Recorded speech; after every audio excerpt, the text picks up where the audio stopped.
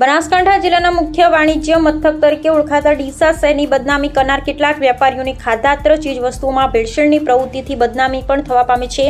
તેમાં પણ ડીસા તેમજ ચંડીસર જીઆઈડીસી વિસ્તારમાં ચાલતી તેલ મિલો સાથે બનાવટી ઘીની યુનિટોની ગેરકાયદેસર પ્રવૃત્તિ ચોરે અને ચોટે ચર્ચાનો વિષય બન્યો હતો। ડીસા અને ચંડીસર તેલ મિલો સાથે ઘીનો 2 નંબરનો સબ સ્ટાન્ડર્ડ માલ ચોખ્ખું ઘી તેલના નામે 100% શુદ્ધની ગેરંટી સાથે વેચાણમાં મૂકી પ્રજા સાથે સારેઆમ છેતરપિંડી અને આરોગ્ય સાથે ખુલ્લેઆમ ગ્રાહકો સાથે ચેડા થઈ રહ્યા હતા।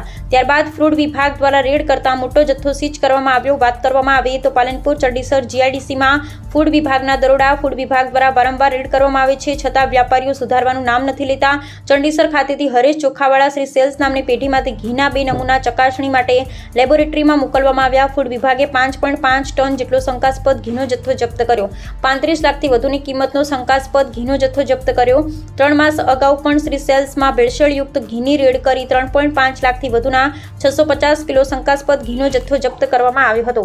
ગુમર બ્રાન્ડ ઘીના 15 કિલોના 124 ટીન અને લેબલ વગરના ઘીના 15 કિલો પેક ટીનના 232 નંગનો શંકાસ્પદ જથ્થો મળ્યો। વાત કરીએ તો આવતા અનેક વેપારીઓ પૈસા કમાવા માટે લોકોના આરોગ્ય ચેડા કરી રહ્યા છે। તેલ તેમજ મરચું તેમજ ધાણા જીરું જેવી અનેક આઇટમોમાં વેપારીઓ ભેળસેળયુક્ત સામાન વેચી રહ્યા છે। ફૂડ વિભાગ દ્વારા ડીસામાં પણ તપાસ હાથ ધરવાની જરૂર છે। અહેવાલ જયંતિભાઈ ઠક્કર એમડી।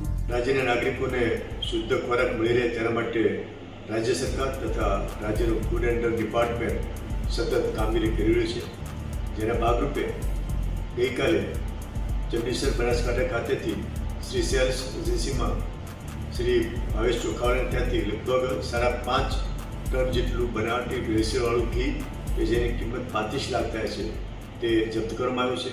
ત્યાંથી 2 ઇનામોને ટેસ્ટિંગ માટે મોકલવામાં આવેલા છે।